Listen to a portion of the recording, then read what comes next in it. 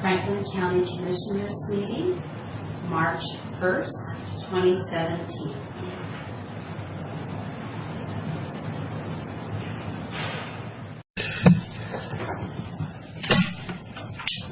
Good morning. At the regular board meeting Wednesday, March 1, which is hard to believe. Join me in the Pledge of Allegiance, please.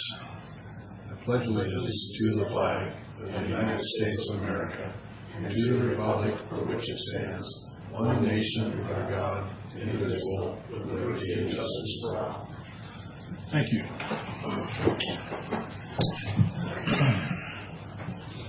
Well, the first item on the agenda this morning, well, we start with Commissioner Peck and myself. Obviously, Commissioner Miller couldn't get back from D.C. I thought he was due back yesterday, but I haven't heard anything either. No. So with that, we'll carry on. We have a public hearing. Public Works declaring surplus county owned property and putting items up for sale. Matt, if you would carry us, open this for us.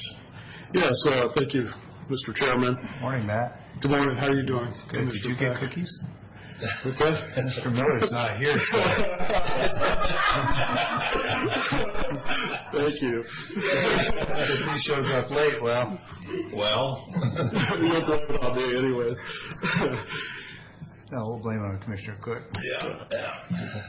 Well, thank you, Paul. Yes, we are requesting the board's consideration for the surplus and disposal via public auction of a 1999 Chevy Crew Cab pickup, a 2002 Ford F-250 Crew Cab pickup, a 1990 Mack dump truck, a 2008 Mack tractor, a 1997 plow, and a 1994 V-Box sander. Morning. Morning. Good morning. How are you? Tapped myself at home. A busy day yesterday and today. So. Great. I do want to mention that the 1999 Renko belly dump that was originally listed in the board's read-aheads and within the public notice, we are removing from this action at this time. There's a paperwork issue that we need to get tended to before we consider surplusing that. Today's public hearing is being held in accordance with RCW 3634 and is an opportunity for the board to receive public testimony and admit any evidence offered for or against the propriety and advisability of the proposed action. The public notice requirements for this hearing have been met. And at this time, I'm recommending that the Board of Franklin County Commissioners hereby declare the subject county property as surplus and authorize the Public Works Director to dispose of the property via public auction to be held at Booker Auction Company at 31 Eltopia Road in Eltopia, Washington on Saturday, March 11th, 2017. And with that, With that, we will open the public hearing then and ask for any pros or cons to this action. Seeing basically staff here, relay that, ask the commissioners if they have any concerns. Mr. Chairman, just one quick comment. Not opposed to the proposed action. Not at all objecting to the selection of Booker Auction Company to sell the items, but would be interested to hear from Mr. Mahoney how we go about selecting an auction house to sell these items. right now what we're doing is we are looking at whatever auction house has one available that kind of meets our timing. Okay. There is another auction house, and we are actually looking at the public auction site as being a viable option in the future, but I'm gathering information to bring to the board on that. I'm perfectly happy, delighted to have Booker sell it. They have a great reputation and have always been great to us, so it has nothing to do with who is identified. Just the question was about the process, because there are several auction companies locally, and I just wanted to make sure that you had all of them on your radar and that we were treating all of our citizens equitably. That's the only point. Great, thank you. Okay. Thanks. With that, we will close the public hearing, and I would ask for a motion, please. Mr. Chairman, move to approve the surplusing of the county-owned property as recommended by Mr. Mahoney. Okay, all in favor? Aye. Aye. Thanks, Matt. Great, thank you, Mr. Chairman. And I do want to add that I did prepare a new resolution, which I removed that Ranko belly dump. Okay. And also there are some title documents in there for the chair to sign as well, so. Okay, and where are those items? They're right there. On top. Karen was nice enough to to take care of all that prior to the meeting for me.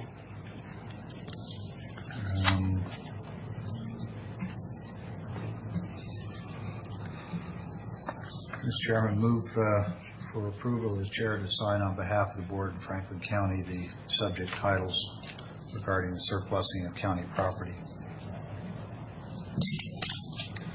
Is there a motion? Second. All in favor? Aye. Maybe a technicality, but better safe than sorry. Good, yeah. There's some signatures on there, I think, for the resolution, though. Yeah, there are some things that the chair is authorized by statute to sign on behalf of the board, but I don't think titles are one of them. I appreciate that, Commissioner Peck. Thank you. Yeah, we guys go sign ours.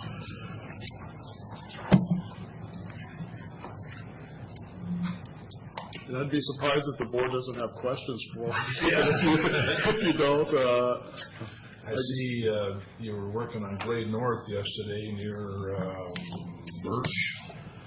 yes, our staff is out there right now trying to do some of the minor repairs. They've got quite a bit done.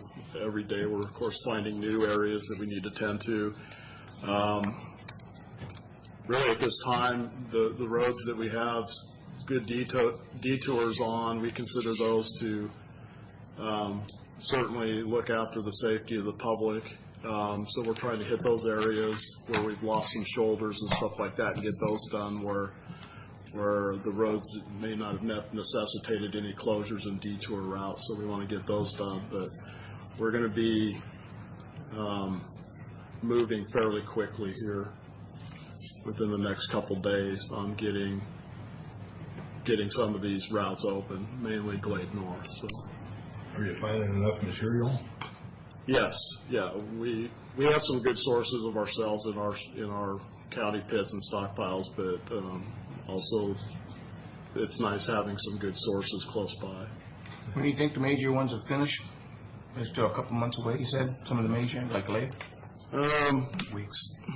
Just weeks? We're hoping weeks. Glade North, we of course that's one that we're tending to immediately, and we hope to have that open. You know, I'm going to be conservative in my statement here. End of the month. At the end of the month. Thank you. Yeah.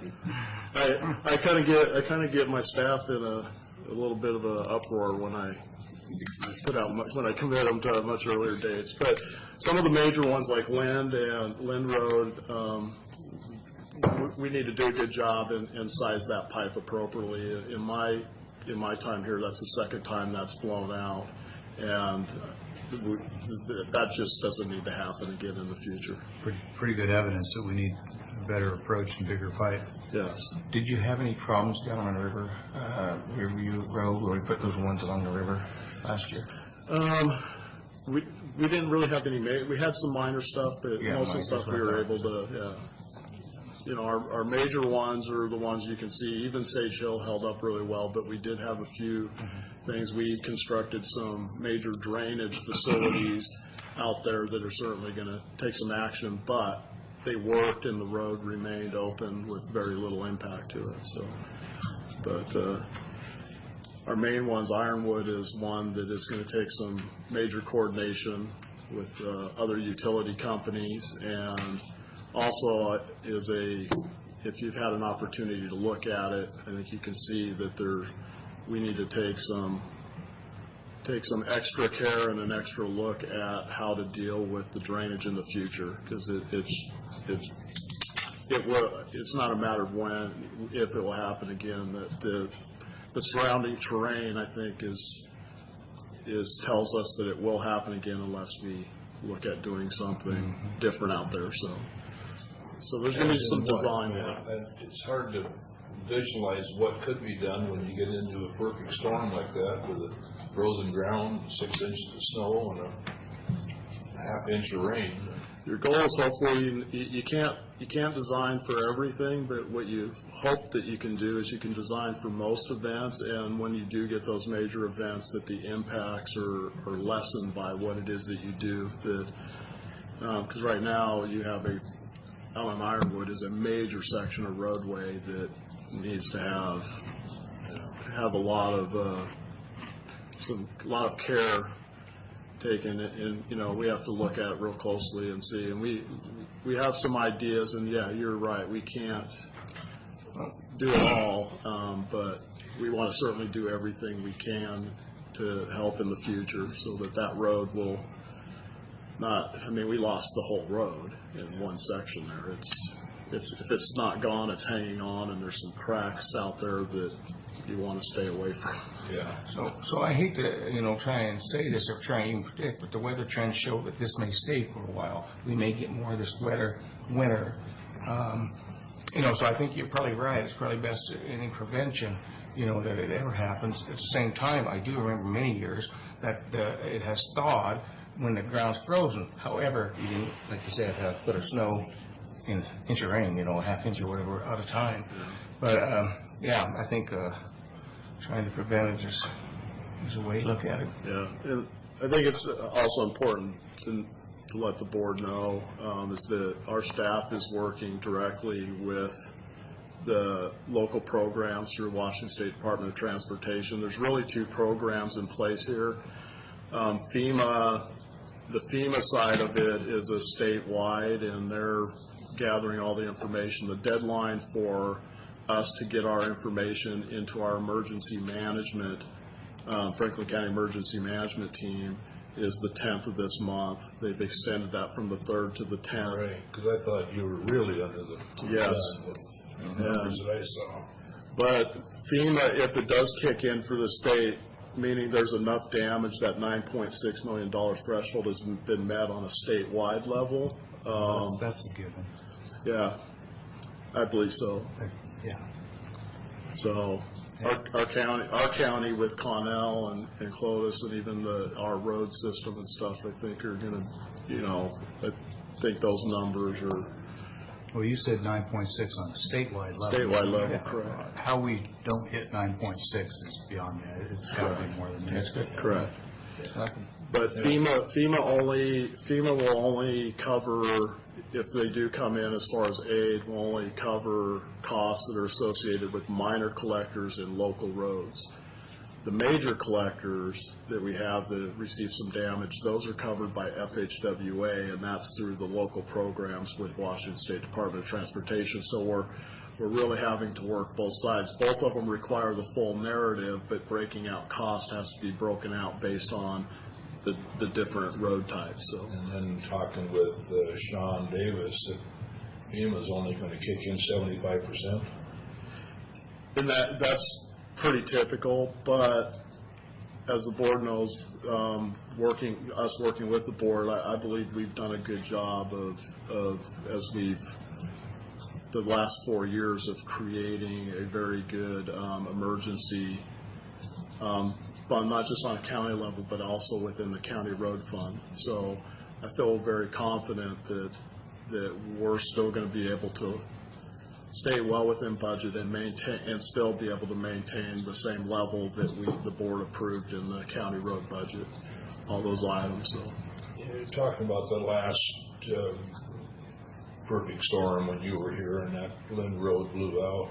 Was there extensive damage in the county? I kind of forget that. It's been 20 years ago. The 96, 97 event, I remember, of course, we had some good damage there on the Klamath Hill section, where part of that came down. Lind, also Klaus, which was the road that was originally built by the Department of Transportation in conjunction with the Connell interchange. And we had 2 culvert pipes there. Moon Road was another one, and they were mainly at culvert sections there. The one on Klamath Hill was everything coming from North Waukegan, and that was just a situation where I believe the landowners kind of created some dams going across some of those ravines to hold back some of the water to protect the fields down below, and I'm not blaming them. It was a great idea, but once it had a lot of water behind it, and once those dams were breached, it took a lot of topsoil. And I guess what I was getting at, is there any reason to look at flood insurance? In this case, it was 20 years later, it's something we could look into. But, it's interesting, going back to the 96, 97 event, the funding that we got from FEMA and through the FHWA, you got the PA, which is the public assistance through FEMA, and then the emergency response through FHWA. Our county, for the work that we did in getting things back to normal, the aid that we received was right about $300,000. So if you figure that covers about 75% of the damage, we did pretty good from that event, I believe. Well, I can't imagine, in this country, that flood insurance would be, I can understand King County. I can't believe it would be even feasible here for, like I say. That's something I'll defer the board on whether or not that should be something we should approach the risk pool about or not. Yeah. Well, I'll be with the risk pool tomorrow, so I'll bring that question up. I don't know if they even offer flood insurance. It might be a standalone. Mm-hmm. Yeah. So, but I don't know. Just a thought. If we're somewhat covered with FWA and FEMA, it's probably quite expensive. With our staff back at the office, the one thing I've been trying to focus on is getting these roads open. Having roads closed in Franklin County provides a great impact to our residents, and to me, I want our focus to be on that. Let FEMA and FHWA fall where they may. We're going to do everything we can to work with them and to make sure, but at the same time, I don't want that process to hold us up anymore on moving forward. So, well, man, I'm glad you brought that up, because I think probably what's on the mind of most of our constituents is which roads and when. And so my sense is that, and jump in and change the order if you think I got this wrong, but with respect to working on our roads, the first criteria or the first priority is anything that represents an immediate public safety threat. correct. Okay, got a section of road that's gone and it's dark, and that kind of speaks for itself. I would think the second thing is ADT, the average daily traffic load. Correct. Because you want to take care of those ones that have the greatest amount of traffic, and getting Glade back open will take some of the extra burden off of Taylor Flats, because obviously a lot of it has moved over there.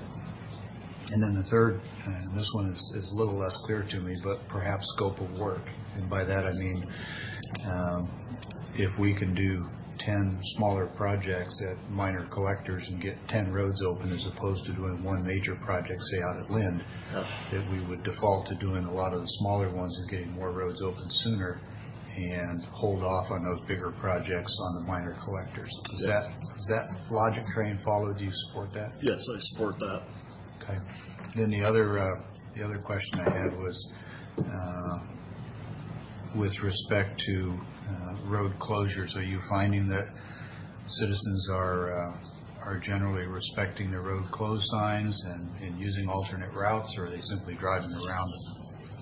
I'll tell you my experience. Yeah. I went out and watched several times now, and it appears to me that there's a high percentage, maybe 50% of the cars I saw just drove right around and kept on going. Yeah. And that was a little alarming. It's some of the early days, because there were entire sections of half a lane with nothing under it, but they couldn't see that. Correct.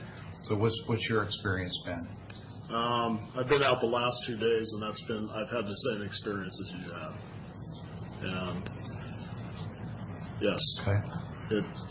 the only thing that has stopped them is when I parked the county vehicle with our light strobes flashing in the lane that they could drive on to keep them from there. Because as you said, you can see the pavement, but they don't realize that the pavement is being suspended with nothing underneath. Absolutely nothing under it, right. So, back to my earlier criteria for roads that we had fixed, safety was the first priority, and I think we've discussed that safety is the first priority in this interim period. Sheriff is here, I'll ask him in a minute, but I'm curious, do you feel like in the interest of public safety, not in the interest of giving our citizens a hard time, but in the interest of public safety, do you feel like perhaps we might want to step up our law enforcement efforts on those closed roads? You're not law enforcement, I get that. For public safety, absolutely. There's being out there, and I know that you've looked at each of those areas closely. Yeah, I had one pickup that came through on the stretch of Glade that's closed, and it was about all I could do to get them to stop, and they wanted to go in another lane, and I literally stood in that lane and forced them to go the other way because where I was standing, there was nothing under the road. Yeah. And the person was sort of questioning why I was getting in their way, and I said, well, first of all, it's a closed road, and secondly, I stood there so that you wouldn't drive over that stretch because there's nothing under that. Yeah. And the driver's eyes got kind of big, and he said, what do you mean? I said, there's literally nothing under it but air. Yeah. And sort of their thought process shifted, and they kind of were like, oh, okay, well, thanks for keeping me from driving on that. Yeah. So, okay, well, I'd be interested in hearing if Sheriff Raymond's got anything he wants to add with respect to any law enforcement efforts we've put in so far to keeping people off these closed roads, and any advice you'd have as to what sort of policies the board might want to adopt in that regard. Anything you want to add? There's no policies that need to be adopted. It's just a manpower issue. I mean, at any given time, from the sheriff's office standpoint, you got about 2 deputies roaming around up there on 40-plus closed roads. We went through the whole education cycle of trying to get people to voluntarily obey the traffic control devices that are in place.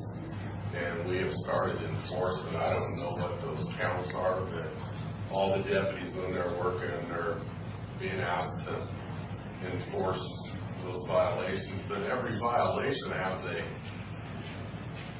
has something to it. I mean, I was up there on parts of Glade Road that were closed and encountered an elderly lady going to her mailbox on a closed road. Well, she lives on that section of the closed road, so you really can't apply those rules to people who live down the roads. Or, we've stopped hay trucks, for example, on Glade, and they're actually have come and got their permits and to move and on those roads and those type of things. But, void of paying overtime to start issuing tickets out there, I'm not quite sure what more the sheriff's office can do with that. So as I understand, the roads are closed to through traffic, so the example of someone going to the mailbox is understandable. We're working on signage to improve that so that they actually say through traffic.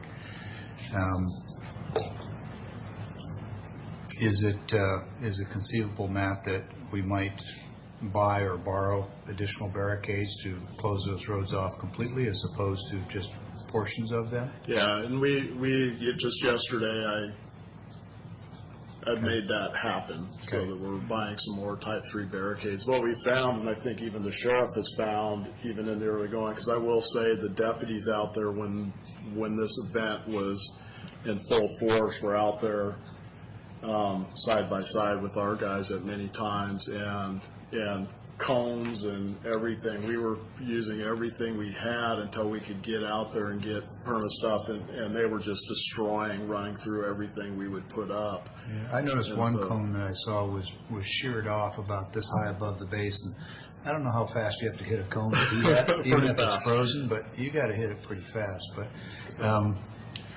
I wanted to ask Sheriff Raymond, do we have a law enforcement reserve program, and do we have reserves that might be able to help out? Well, we do have a law enforcement reserve program, but that's 5 guys. And those 5 guys all have full-time jobs outside of law enforcement, So when do we use them?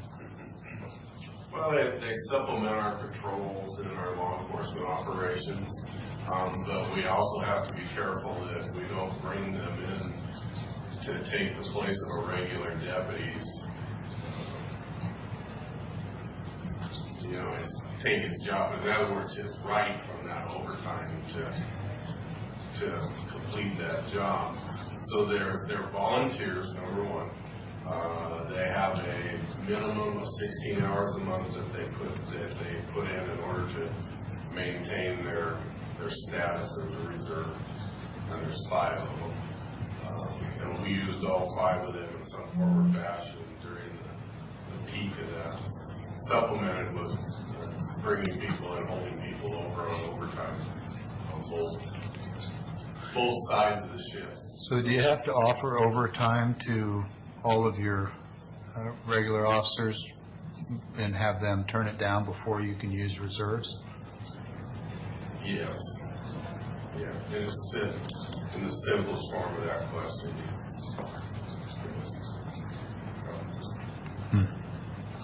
See, I'm not at all interested in regulating people. I think we ought to be facilitating, and in this case, facilitating public safety. And there are holes out there in those roads big enough to swallow up an entire car. And my concern is that somebody goes around one of those barricades, probably after dark, and kills themselves and/or their family. And I don't know about the rest of you, but I'll be looking back on this saying, and we couldn't figure out how to enforce these better. I don't think the current standard of enforcement, and I'm not picking on sheriff's office, they got limited resources, as we've already heard. There's got to be a better solution for this, because people are just flat ignoring them and driving them around, and that's, the sole concern is somebody's going to get killed. Yes. So what do we do about that? Just accept that we've done all we can do? No, I think there's things that we can do moving forward and are going to do on these, and part of it is giving a lot more advanced warning with our signs where we do allow local traffic. We say road is out so many miles, so many feet ahead, and then we can come up with Jersey barriers and really try to stop them and put up the barricades. As we start moving forward and repairing those holes, as you know, are going to be bigger. The road will be out. In some cases, we're removing the hole, and it's just it's going to be impossible. 2 that I know of for sure, like over up by the windmill up there, and Wadsworth coming down the hill into Clovis. Yeah.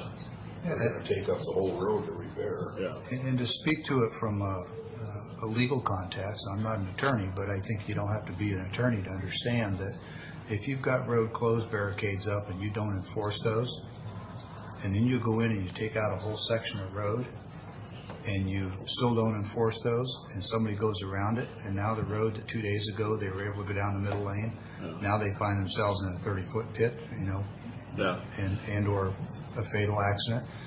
I think the county's got a lot of explaining to do about the fact that we didn't enforce those road closures before, and therefore we didn't give adequate warning that there's a change in status here. Yeah. Short of putting up Jersey barriers and physically making it impossible to get through there, which I hope is part of the plan when you actually start building. It's just one of those tough things to do, because as a county, we still have to have access to the area, and contractors that are going to be working with us still need to be able to have access, and so you know, the signs do mean something, and when they go through them, typically in construction, Well, apparently they don't. yeah, and, People go around them, yes. and we're not enforcing them. So what do they mean?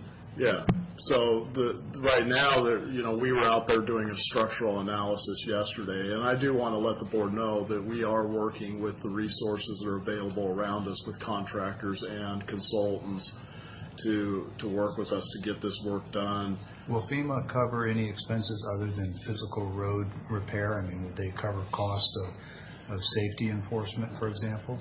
If Yes, they want to absolutely. Hire, you want to hire additional officers to man some of those? Absolutely. It's, you know, theirs is, yeah, that is correct. Any of those additional costs that are as a result of the event as defined, as they have defined, can be reimbursable, can receive aid for the assistant, and that's something that we can talk to our gentleman over with the FEMA folks, Gary Irvis.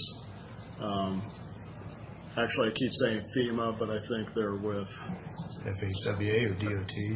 no, Military. Military. Yeah. Oh, okay. Emergency management side of the military. Okay. And I apologize for not. When you look at his card, it says something military on it. So MIL.wa.gov. Yeah. To regulate those roads closed, it doesn't have to be the sheriff's office regulating those road closures.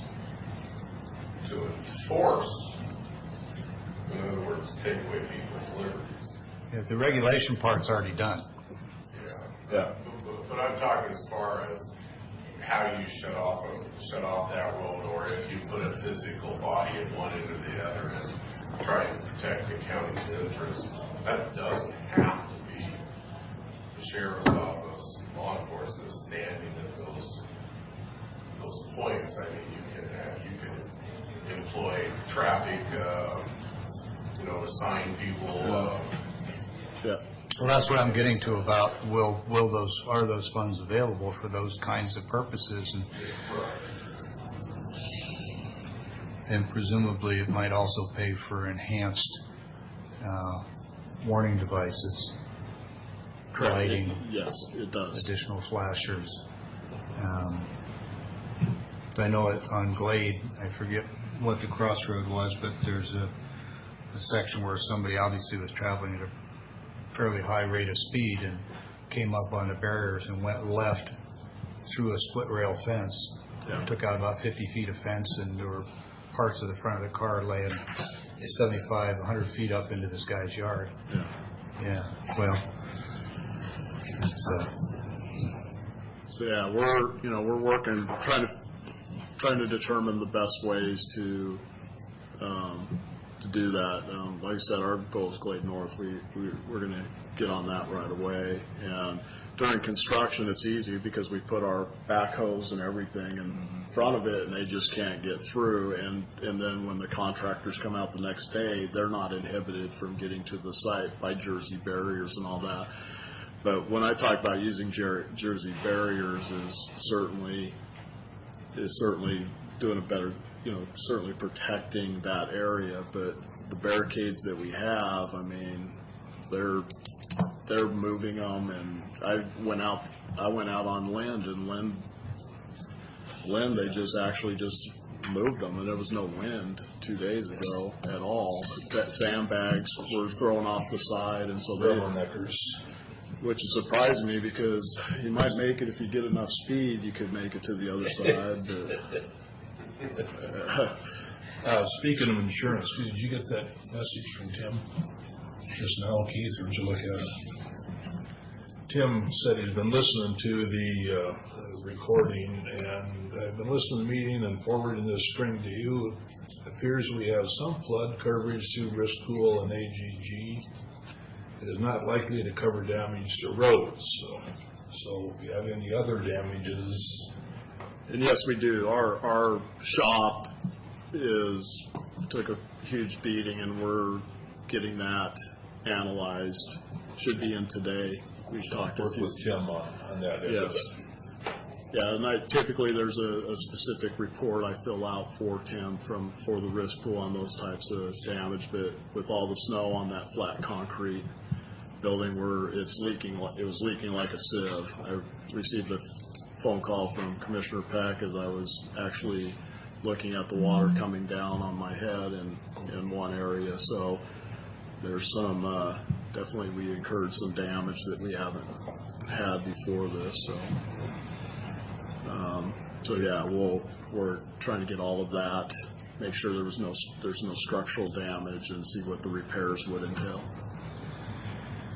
Well, Mr. Chairman, in the interest of time, I won't beat the issue any further, but I do want to be on record as saying I don't think the county has sufficiently explored how we keep people off those roads. I'm not interested in regulating people. I just don't want to go to a funeral, and I'm concerned that we're not there yet.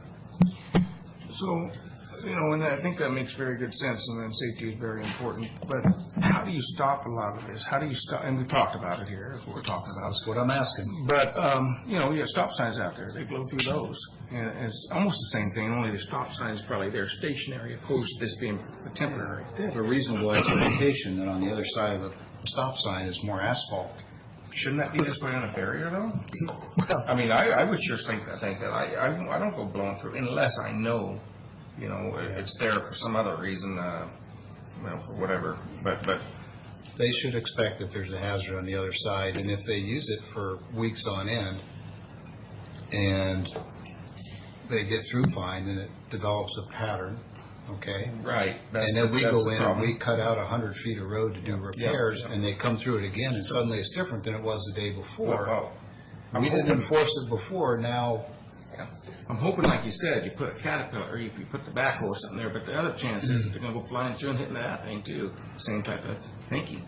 So I mean, it's a hard thing to solve on these when people out there driving in dark night thing. But I understand.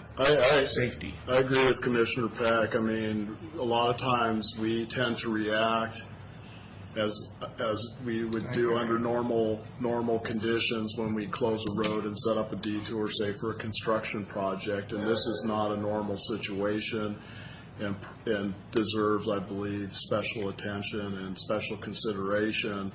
And I appreciate Commissioner Peck and the rest of you bringing it up, and certainly from this point forward we'll take all of the necessary precautions to protect the public and make sure they cannot get through. Well, Matt, that's what I'm getting at. I don't know how you can do that if you're going to still maintain local access, unless you have a section of the barricade that's a gate, and you can give a code or a key to people who live along that stretch to give them limited access. But short of that, that's what I'm searching for, is what is the vehicle or the tool that lets us keep out people, physically keep them out, except for the folks that have a real need and understand and will accept the risk. Yeah. And don't get me wrong, I understand that too. It's just practice everywhere. How do they stop it? Everywhere in the United States. Other ways? You got any ideas there? Then we can use those. Yeah. So I think we beat that up. Yeah, I think so. Well, no, I appreciate the conversation. I really do. And I appreciate the input. And Well, I don't think we have an answer to this question yet, and so I'm going to urge the board to continue to look at this in whatever form, whether it's individually or collectively, but I don't think we're there yet. I agree. Safety first. Great. Thank you. Thanks, Matt. Thank you. Thanks. And I am taking these, by the way. Yeah. I gave away your cookies. Oh, thanks. We thought you were in D.C. No, I told everybody I was coming back, but it was late. Before I leave, I do want to say that the sheriff and his deputies have been amazing to work with through this process. The sheriff has come to my office and met with me, and the cooperation there has been amazing. So I understand, everybody's concern, and we'll move forward. But It's been exceptional communication, yeah. Well, I'd urge you to continue that conversation, and if you need resources to hire people to go out and man those places, that's something the board needs to know. Because that may be the only sufficiently flexible and effective way to do this. Yes. Flexible, I mean letting local access still get in and advise them of the risk while keeping everybody else out. Yeah. Thank you. Thank you. Nicole, please. Sorry we're a little behind with the conversation today, but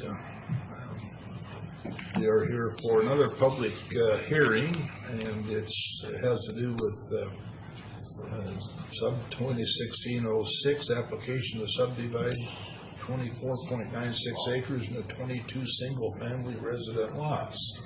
Nicole, could you lead us into that? Thank you, Mr. Chairman and Commissioners. This is an application to subdivide the property. This parcel is located at the end of Kohler Road. It's within the Pasco urban growth area. It's actually the most northern lot there along the urban growth area boundary line, and it is also near the Columbia River. So I want to highlight that this is the first plat that you're processing now that has area that's in shoreline jurisdiction following the adoption of the Shoreline Master Program update, which became effective back in October. So it's a little different in that regard. But we have processed this application, which was first received the middle of December, and gone through all of the procedures that are required. SEPA, environmental determination and notification. We went through the public notification process. The Planning Commission held a public hearing and received public comment, and then we waited through the appeal period before bringing this matter to you today. In terms of that SEPA comment period, no appeals of our determination of non-significance were received. I do want to highlight that we did receive a letter from the Department of Ecology. That was the only comment in regards to our SEPA notice. When we held the public hearing at the beginning of February with the Planning Commission did recommend unanimous approval of this application with 6 findings of fact and 6 conditions of approval, which are listed out clearly in the staff report, and the resolution includes that as well, the proposed resolution.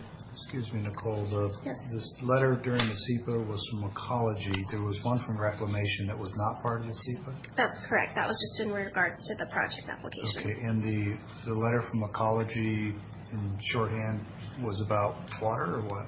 No, it was just a boilerplate response that had to do with Okay, development and impacts. I missed that. Okay, thanks. When we held the public hearing, there was some comment there. There were no comments opposed to the application. We heard testimony that was supportive of the application, and then there were some other comments and testimony related to tree removal and construction impacts that would take place during this plat. Also wanted to highlight that we didn't receive any phone calls or any conversations with the public during the application period, and our Public Works Director, Matt Mahoney, he presented the staff report at the Planning Commission hearing and provided the recommendation on behalf of staff to recommend approval on this application. I just wanted to highlight a few of the conditions that are maybe most significant here. One is a mitigation fee is going to be collected for each lot that will go towards the future widening of Burns Road. Another notable condition is that the Benton Franklin Health District had a number of comments regarding the on-site septic systems that will be used, and they were, looking closely at the types of soils that are out there to make sure that this project can accommodate those septic systems. So there were some conditions related to that. So if I recall, those conditions were, I think it was lots 2, 3, 4, and 5 maybe, that they were setting aside a tract A or something for a shared drain field. I don't think I've ever seen that done before. Is that uncommon as I think it is? It is uncommon. The reason why they are doing that is because of the slope issues with those lots that are furthest to the east on the plat. It's on the back lots, 12, 13, 14. That's correct, yes. And so they had some concern just to make sure that there's enough available space for those drain fields and also for reserve space for future if needed.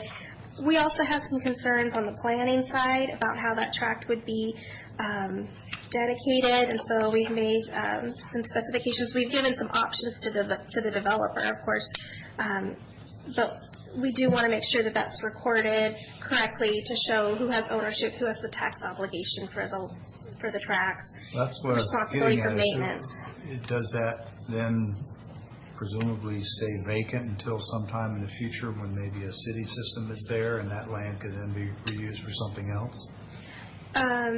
Just theoretically. Theoretically, that could happen. That would require, a plat amendment, but that could theoretically take place. For now, what we're looking at is just to make sure that they either put a homeowners association together or some sort of covenants to record with those tracts to make sure that they're maintained and that there's no issue. We also put that they have to record notes on the plat saying that they can't put any buildings on there, specifying that it can't be used for growing, having a garden, growing things on there that's edible. So, Just vacant lots, basically. Exactly. Easements from the other, I forget if it's 4 lots or 5 lots. 4, yes. So we've made some specific requirements that'll need to be put on the plat, and statements about dedication of that. Commissioner? Yeah, presumably, when we sort out, and I think we need to have it sorted out today, who owns that lot with that goes noxious weed control, right? Yes, so one of the conditions is that prior to the issuance of building permits, a covenant or deed restriction must be recorded with the county auditor's office. For that specialty lot? For that tract, the document must identify and specify the information for the following at a minimum: ownership, taxation, improvement standards, and maintenance specifications such as weed control. Okay, So I perfect. think we covered the bases there. And further, no storage structures, parking, or other uses may be approved other than fencing and for growing vegetation that is not for human consumption. I stated, Garden over a grain field. Huh? please no, yes. And then, in addition, because this is within the Shoreline Master Plan jurisdiction, we worked with the developer, informed them that public access is a goal of the Shoreline Master Program, so they've put a public access easement across one of the lots to provide that. And those portions of the lots 1 through 5 that are within shoreline jurisdiction, there will be a note on the plat to let people know that those are within that shoreline jurisdiction, because they might have to get a shoreline substantial development permit, shoreline variance, shoreline conditional use permit, those types of things. Might have to get that prior to constructing a That's home? correct. It depends on the project. But we're putting a note on the plat so that people will be informed of that issue. I also wanted to emphasize that this will be served by city water. And so this project has been coordinated with the city of Pastel also. And with that, I'll answer any of your questions. So I noted that city water is also city fire hydrants, and I think the board remembers, is it Sanderson Estates there on Kohler, where they had the privately owned system? Does anyone know, has that been remedied and connected to city water now? And Yeah, to my knowledge. seems like, I'm presuming the city water line for this is coming right up Kohler, is it? Yes, I believe so.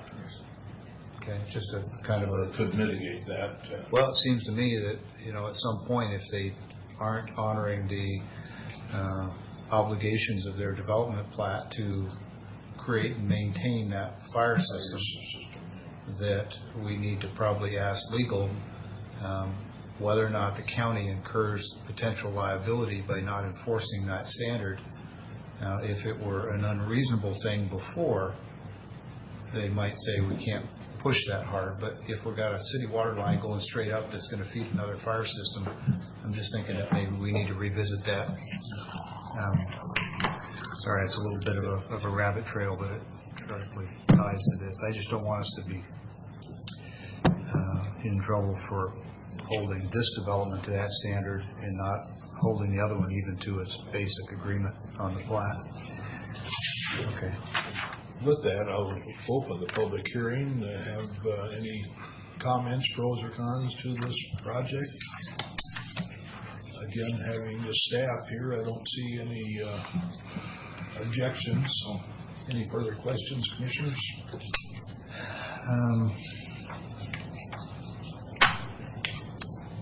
Yeah, I just wanted to get a little clearer picture. If I can find it. If I remember, the applicant is Dave Greeno. The owner of the property is Kohler, and the developer's out of Idaho. So sort that out for me a little bit in terms of responsibilities. To whom are we approving this short plat? And that's a good issue to highlight. So the application was made by Dave Greeno, and the owner of the property are the Kohlers, and they did speak in favor of the project at the Planning Commission meeting. At the Planning Commission meeting, Dave Kohler also introduced his partner, Cliff Mort, and he explained that he's taking over this development project. I've not received any official letters or anything. I've asked for it if they wanted to provide it for the record. Taking over can mean a lot of things, too. Yes, so I don't know at what stage they are. Those details I don't know.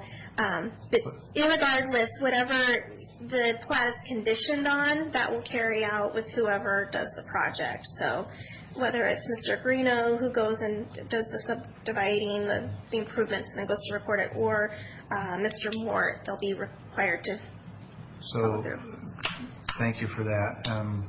Maybe to come at it in a slightly different fashion, if they violate the obligations of the short plat, to whom does the county object? Mr. Greeno, who's the applicant, or to the property owner, or to the developer? Well, my understanding is that Mr. Greeno has an agreement to purchase this property once the entitlements are secured. That may have changed now that Mr. Mort's involved, but the idea is that the ownership is intended to be changed here in a short time upon plat approval, so the development can go forward. So it's the owner of the properties or who the... Okay, yeah. all right. So the plat conditions really apply to all of them. The conditions apply to all of them, but they're probably legally binding on the owner of the property. Yes. Okay. All right. I hadn't seen one before with so many revolving I think it players. isn't all final until the final plat shows up in this office. So- All the conditions are met. Correct. They cannot record and subdivide any land officially until we get to that point. But when you're approving this preliminary plat, you're giving them the go-ahead to start making the improvements, and you're vesting them to these conditions. I might get curious if, before we get to the final plat approval, if some of these roles change and some of these people drop out. Let's say Mr. Greeno, who is the applicant, that doesn't change, but or maybe Mr. Kohler, who is the owner, sells it to Mr. Mort, I think was the name. Anyway, it seems like any changes really ought to happen after the final plat, not before. Do you see any glitches there, or does that just really not matter? Really what we're doing today is we're giving them approval to go forward with the development as it's proposed here. If they make any substantial changes, they'll have to come back for a preliminary plat amendment. They'd have to reapply and go back to public hearing with the Planning Commission. But once the final plat's approved, the applicant and the property owner could sell the whole project to somebody else, and as long as they live by the terms of the short plat, everything is fine. No? Well, 2 points of clarity. So this isn't a short plat, it's a long plat. I'm sorry. And then also, this is giving them preliminary plat approval. The final plat approval doesn't come until all the improvements are made, the roads are there, the pins are in on the properties. So would it be advisable if they're intending to make changes to do that before we get to the final plat? Correct. Or after? Before you get to final plat, if they want to make any changes with configuration I of the wonder if lots. anybody has, well, I'm talking specifically about who's the applicant, who's the owner, who's the Yeah. developer. If those roles are going to change, you're recommending that they should iron that out before the final plat? Yes. Okay. Yeah. Somebody should probably tell them that. Yeah. I don't know who, but just seems to me like, that'd be good to know. Yeah. Okay, thanks. Okay, with that, we'll close the public hearing, and if no other conversation, I will entertain a motion. If I can find the right page, I'll be happy to give you the motion. Okay. So, Mr. Chairman, move approval of the SUB 2016-06 proposal subject to the 6 findings of fact and 6 conditions of approval contained therein. Second. Moved and seconded, all in favor? Aye. Aye. Thanks, Nicole. Thank you. Get out of your way.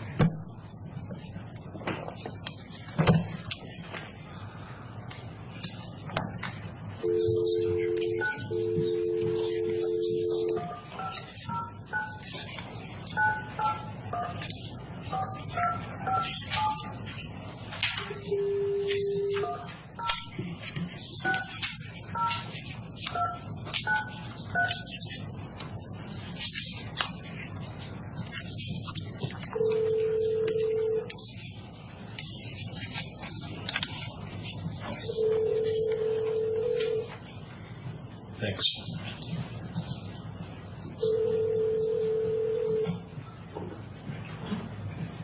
Good morning. Good morning, is this Jim?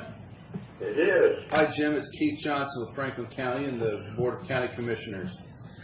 All right. Morning, Jim. How's everybody? We're here. All right.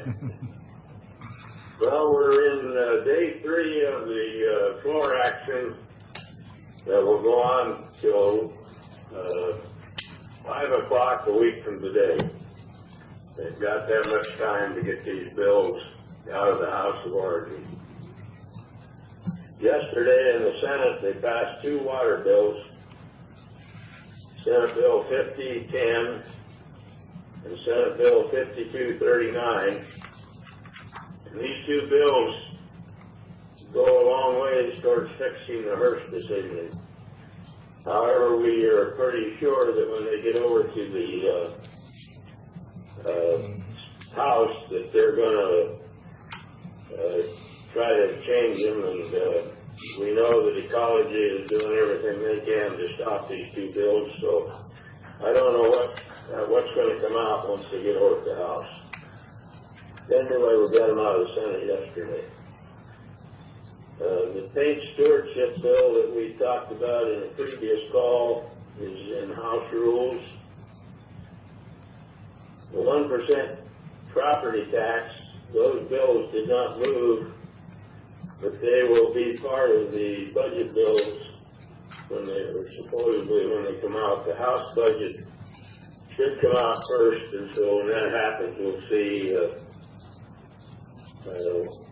what happens there, if it's in there or not.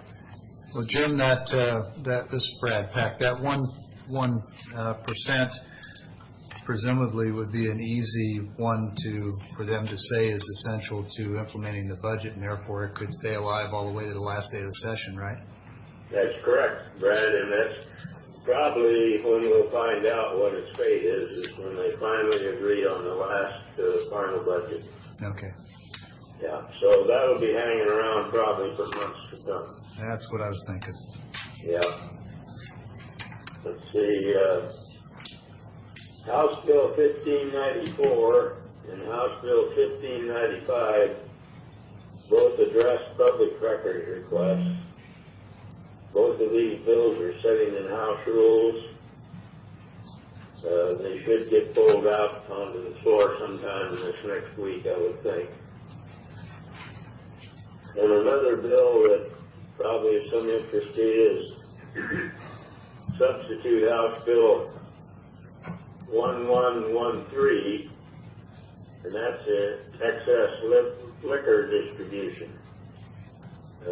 We're trying to get that distribution, some of it back to counties like it used to be.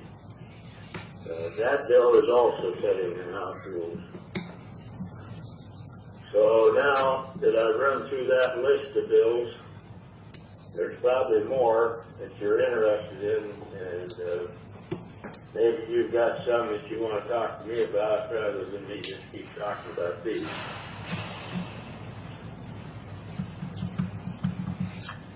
Well, that excess liquor one sounds interesting. I would have thought they were going to redistribute the taxes, but if they're going to redistribute the liquor, why, that puts a whole new light on it.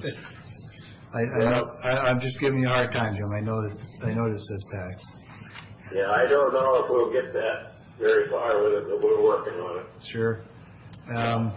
It's kind of interesting to me this early in the session, Wasack came out with a list of bills that they support that are still alive, and those bills all fit on one page, which is kind of unusual this early in the session. And the ones that they oppose also fit on one page. Yeah. And ordinarily, at this time of the session, it takes several pages for both sets of those bills, which, you know, it indicates that there's not a lot of bills moving. And I think that once we get past this March 8th cutoff and they start having the hearings in the opposite house or chamber on these bills, why, we'll see a lot more of them fall to the wayside. The McCleary decision seems to be sucking all the air out of the system over here this year, and if, in fact, they come to an agreement, it will suck all the money out as well. So, Jim, trying to remember the bill number. I think it's Senate 5769. The prime sponsor is Senator Padden. It's the bill on coroner inquests. Yeah. Do you have any information on that one? Well, let's see. That's 5729? I think it's 5769. Or Oh, 69. Let me see if I can find it real quick on my bill tracking here. either 5769 or 5869. I can't remember which. Okay. I think it's 5769. Just take me a minute here and I can pull it up here once my little cabinet comes back to life. Here it is.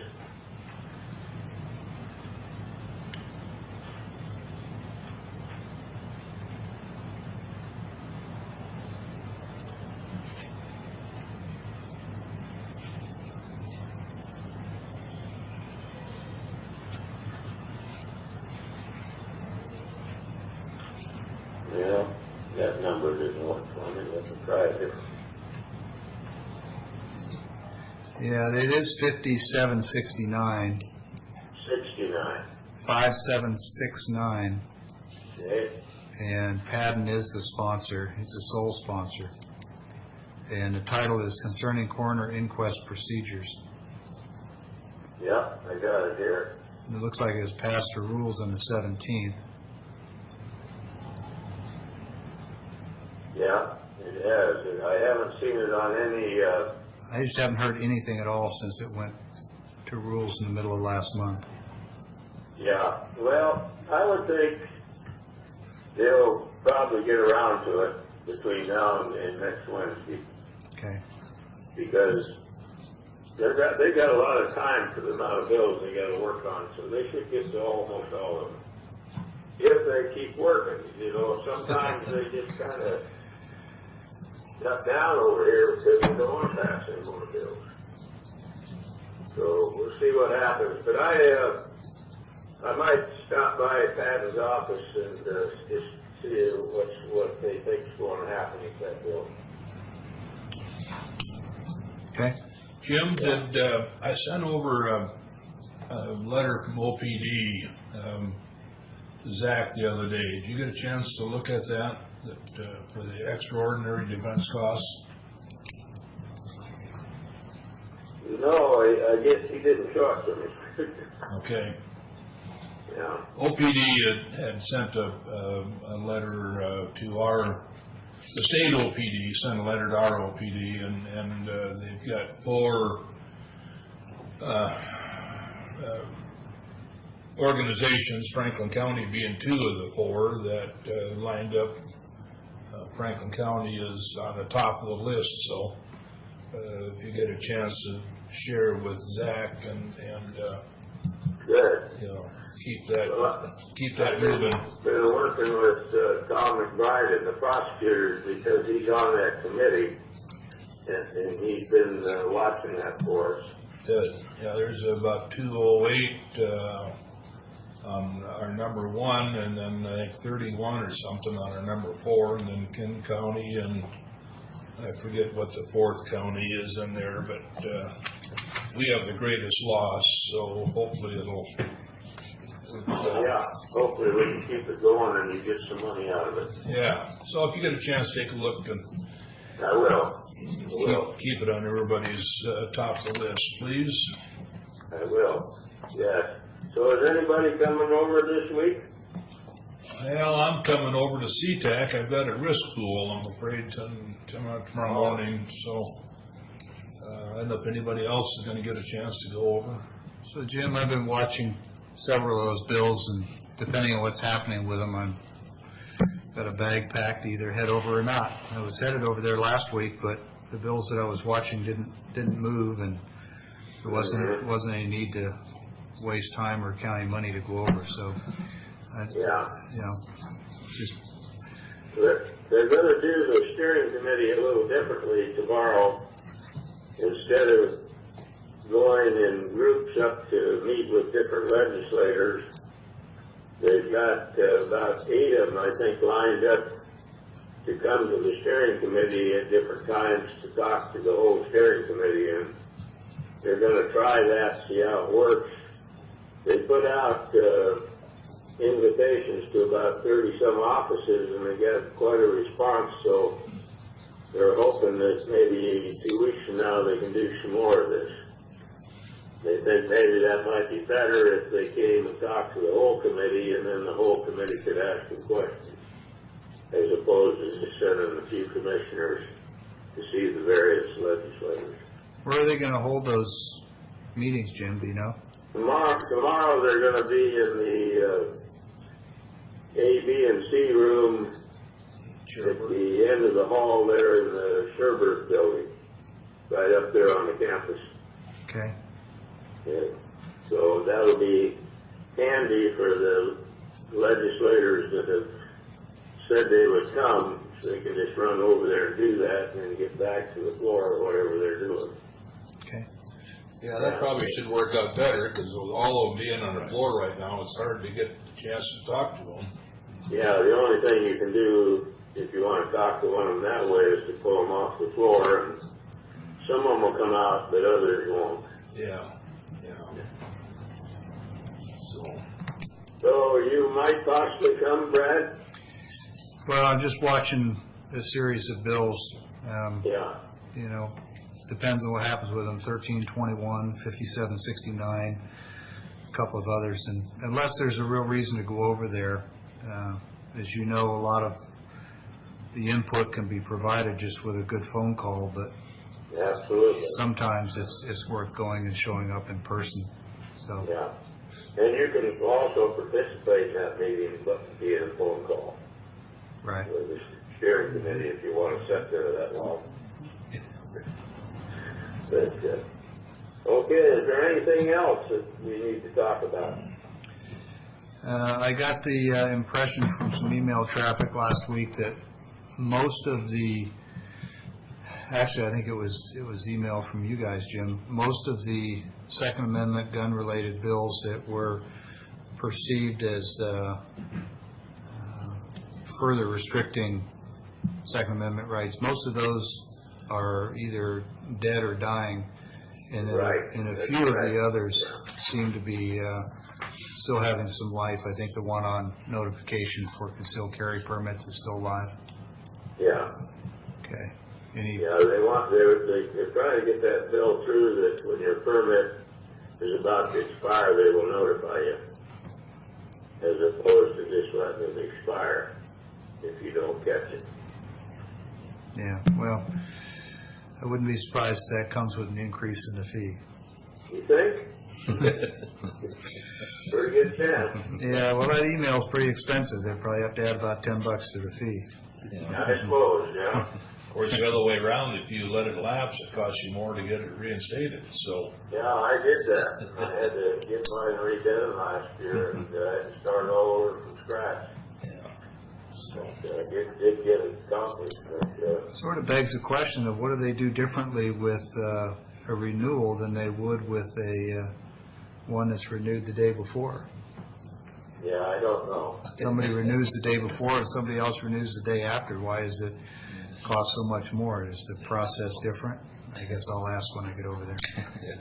Well, see, I'm caught in the deal now. Yesterday, the Senate passed the bill that would make the enhanced driver's license fit into what the feds want for ID, so you can travel on airplanes and stuff. And they lowered the price of the enhanced driver's license in that bill down to $66. And a month ago, I paid $108 for mine. So I'm going to go up and see if they'll give me a refund. Yeah, good luck with that, Jim. yeah, chances are, I bet I get that pretty quick. yeah. Yeah. Yeah. But, first, they were going to lower it to, I think, 92. And then when the bill came out yesterday, it was down to 66. But they didn't pass that bill without some controversy. They had some pretty good discussion, and they passed it like 60-something to 30-something in the Senate. So we'll see what happens to it when it gets over the House. And what's the opposition? Well, people are still concerned that illegals can still get a driver's license. Illegal immigrants that come in here can still get a driver's license, but they will not be able to get the enhanced driver's license because in order to do that, you got to go through that big interview process. So, and part of that is birth certificates and citizenship and all that. So, I'm not sure. I listened to the discussion, but I'm not sure if I understood what the argument really was. Well, on the other hand, you can get a billfold passport. It looks like a credit card for way less than that. Yeah. It'll last a whole lot longer. Yeah. Yeah. Yeah, that's true. So, I think it's the 1st of July, you either got to have an ID or a passport in order to travel on an airplane, I think. This This has been hanging around since 2005, and so now we're getting around to fixing it over here. It takes a long time to get from D.C. to Washington State, though, Jim. What's that? It takes a long time to get from D.C. to Washington State. Yeah, that's true. That's true. Yeah. So. All right. Okay, well, I won't take any more of your time, and we'll stay informed with you with the emails and whatnot, and if you see something, like, either give us a call or shoot us an email. Thanks, Jim. You bet. Mm-hmm. Bye, Jim. Public comment? Anybody? We'll go on to vouchers. Mr. Chairman, we've got vouchers from last week when we didn't have a regularly scheduled Wednesday meeting. I see that you've already initialed those so that payment could happen in a timely manner, and now the board needs to take action to approve these officially. So with that, I move for approval of fund expenditures from last week dated 2/22 of 2017 in a total amount of $481,482.08. I will second that motion. All in favor? I'm still trying to figure out what he's going to do to the motion. Yeah. What did you hear the last part? The second. Aye. I think you have to vote. I said aye first. Oh, I'm I sorry. said a long time ago. Boy, got me off track there. I wasn't sure where you were going. Okay, and next voucher is, let me make sure we got all of the ones from last week finished up. There's a One, I second. think. No, I think there's a second one here. Oh, okay. This is a duplicate page of the first one, so there is only one. So last week is taken care of. And, Mr. Chairman, move for approval of vouchers dated March 1, 2017. These are fund expenditures in the total amount of $583,154.03. And I'll second that. All in favor? Aye. Aye. Go. And move for approval of salary clearing payroll warrants in the total amount of $923,029.83 as presented by the auditor's office. Second. All in favor? Aye. Aye. 3-0. There you go.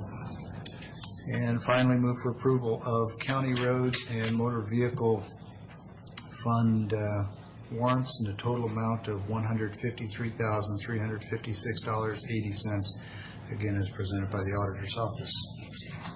Second. All in favor? Aye. Aye.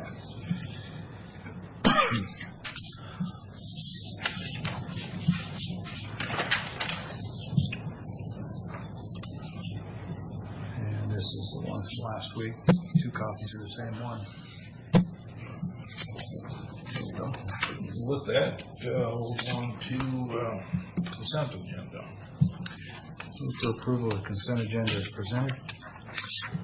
Second. All in favor? Aye. Aye.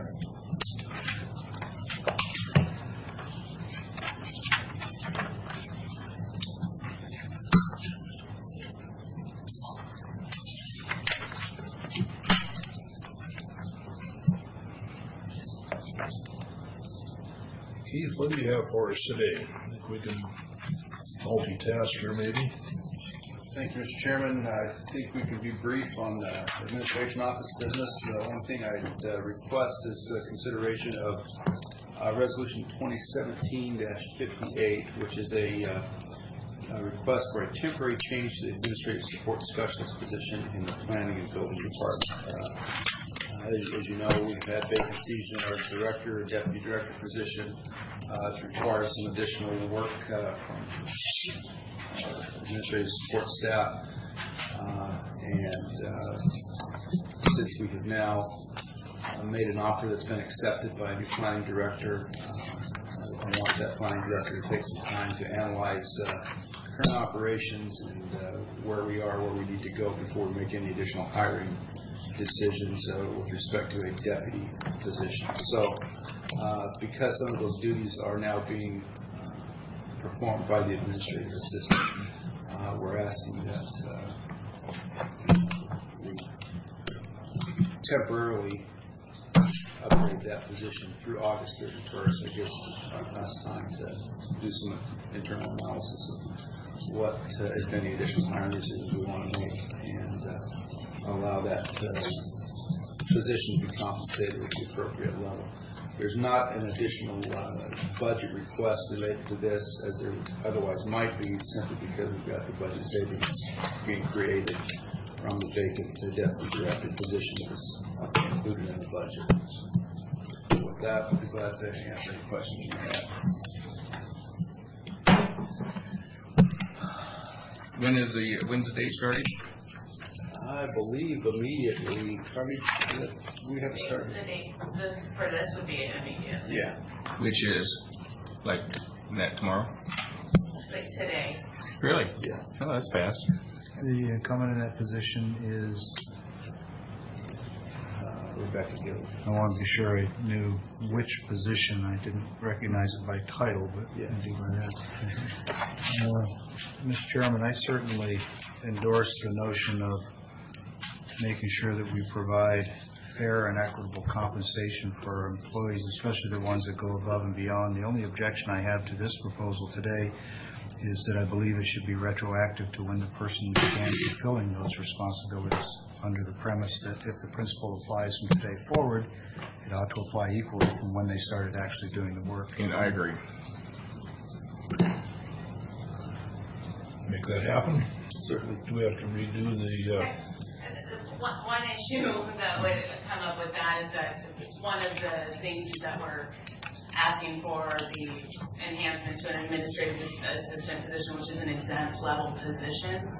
partly because of, offering that additional flexibility, whereas previously the position had been a non-exempt position compensated for each hour worked. So in terms of retroactively, I'm not exactly sure how, It creates but it's going from administration. bargaining to non-bargaining. Well, I would propose, Mr. Chairman, if the mechanics of it are too difficult, then simply calculate what the compensation would have been and adjust it going forward such that it comes out essentially the same. Can you do that?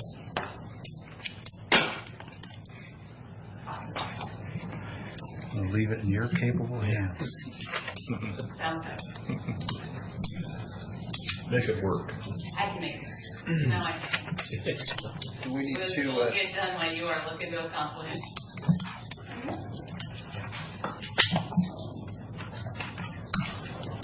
I'm just looking to see if we need to amend the resolution. The resolution does not indicate a start date. So with the board on the record authorizing it retroactively, I think we can Calculate the impact. make it work. Okay, thank you.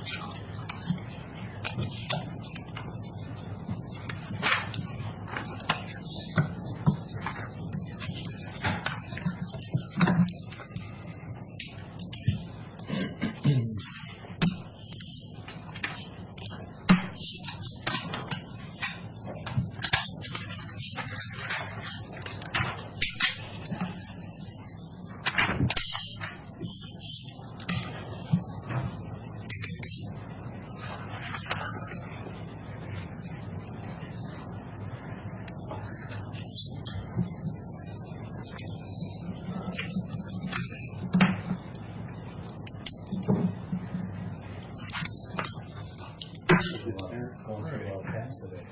Heath, do you have anything else for us today? How long have we had? No, I think that's everything, Mr. Chairman.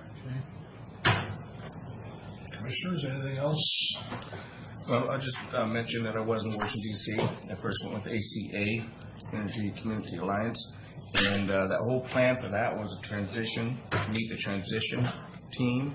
Of course, it didn't happen because we didn't even have Governor Perry in yet in Department of Energy as the leader there. So what we did was meet with staff, though. Session was out. So we did not was able to meet any members, but we did go through and discuss with some of the staff members.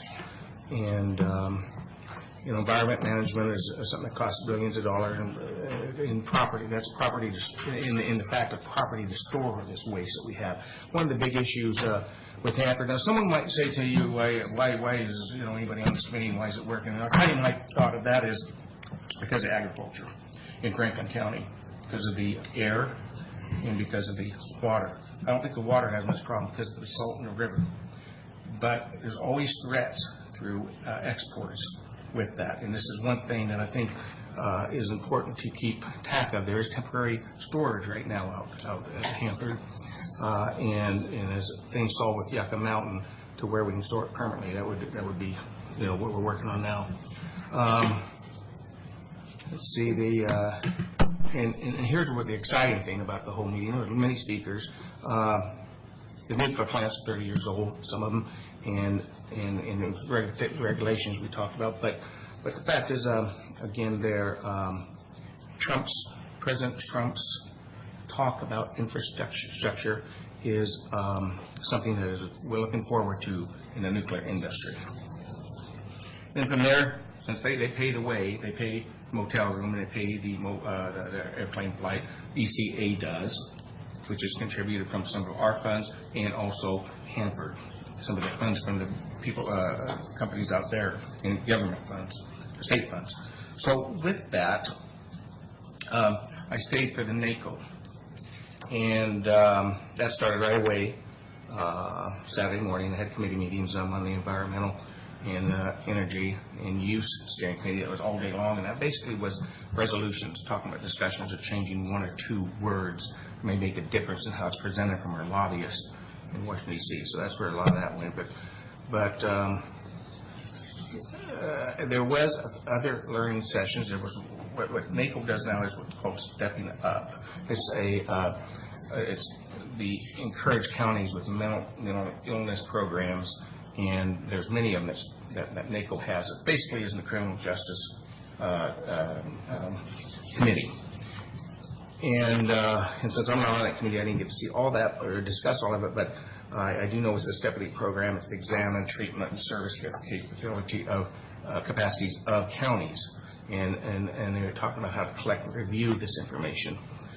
I did have the opportunity to meet with Leon Evans. That's the man from Bexar County. And actually met with him and talked about the situation. And he just basically got tired of, first it was just this liability, and then there was all these little ones. And he's got plenty to do. But he's still interested in coming. And I said, that still probably could happen. Let's just see. We got to get these things tied up with what we're doing. We got one organization out there in the city that's working on something out in the Tri-Cities. And we just got to get things lined up. And I think he sounded very intelligent in some of the problems we have. And I think it's worthwhile for actually all of us to meet him eventually, because I think you'll see he's got some good ideas, and he can save the counties hundreds of thousands of dollars. He's going to Spokane. He's going to work on theirs here soon. This summer he'll be up there. And that pretty much was it. Just a lot of hearing sessions. And networking's the thing about it. And I'm going to tell you, people think, again, going to Washington, D.C. is a blast. It isn't, because you see the sites once. I did that 20 years ago. And you don't see them again. It's just a lot of walking, as you know what's out there. And so it's a lot of, networking, sitting, listening, and a lot of traveling. And also, sleeping in hotels is not a blast like people think. So I just want to clear that up. It's not an enjoyment trip at all. It's a lot of work. I think the county needs to be represented by at least one person, not four, not maybe two at the most times. But anyway, because we do have lots of committees there. So just explaining that, today or yesterday at 3, when I was fly out, we get the late notice that they're going to meet with, now I went to the Hill visit the week before and with ECA, and again, so like I said, congressmen weren't there, but I did get a note from Eric Johnson with WASAC that they're meeting with Newhouse, his representative, on the leadership team was of NACO, and was invited, but by then I had my ticket purchased, and it was about $1,000 to change it, so I decided to come home and go home yesterday afternoon. So just a slight report on that. Still not giving you your cookies, you were late. Somebody did. Is that yours? And yeah, I was saying I was going to come back. Usually when I don't very well, there's something, I will call and say I'm not. Today, I didn't. I gave somebody my garage opener, so I had to go around and start saying just a few minutes. But anyway, it's all good. Is that another resolution in there that needs to be? No, this is part of the consent agenda. That's just signing these certificates for one thing or another. You've signed them, I've signed them. I think Commissioner Miller's the only one. Do we need Blue on these? Let me know what you guys do. No. Well, you can use whatever you like.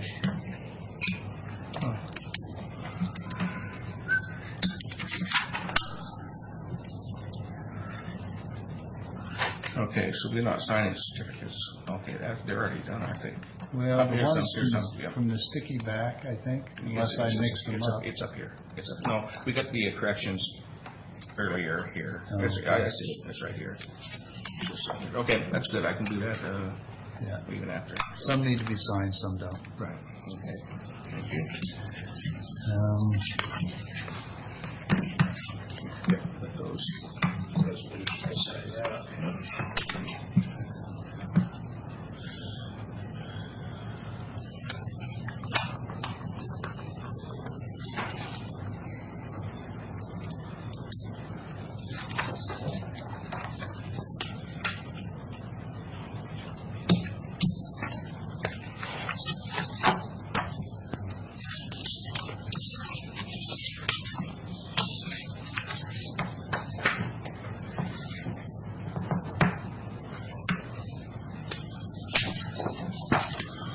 Well, we'll get signing that. Anything else for the good of the board today?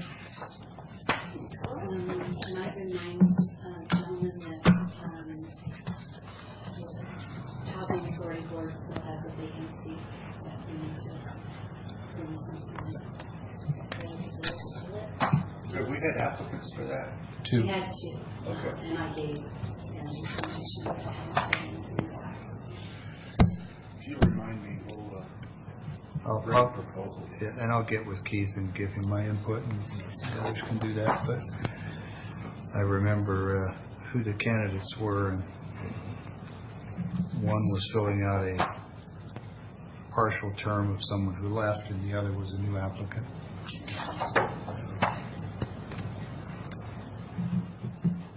Okay. We also had a similar situation with the Board of Equalization. Has that been resolved, or do you need input on that one as well?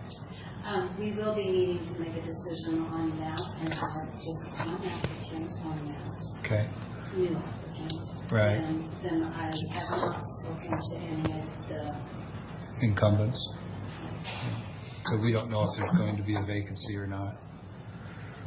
they are all, their terms are all up. Okay, good. Well, It's just your willingness to. Correct. yeah. We need to look for efficiencies in that process so that it doesn't consume so much staff time in the office. And I'll just say for the record that one of the things I'm going to be looking for in a candidate is someone who is willing to make use of all the available technologies to minimize the workload and make that more efficient. And any who are not are probably going to be lower on the list. Yeah. Also see where we've got a resignation from the Civil Service Board. I think Captain Rochlow is heading that up now. No. Carter, you are? Yeah, it can't be, Law enforcement. yeah, anybody in the sheriff's office can work with that. Yeah. It's a separate entity, so we're working on getting that vacancy posted to Okay. hopefully get some applicants to the board's consideration to get that commission filled back out. All right, if there is nothing else, last call, we are adjourned. Thank you all, and as I mentioned earlier, you got the school tomorrow morning at CTAC and next Thursday, so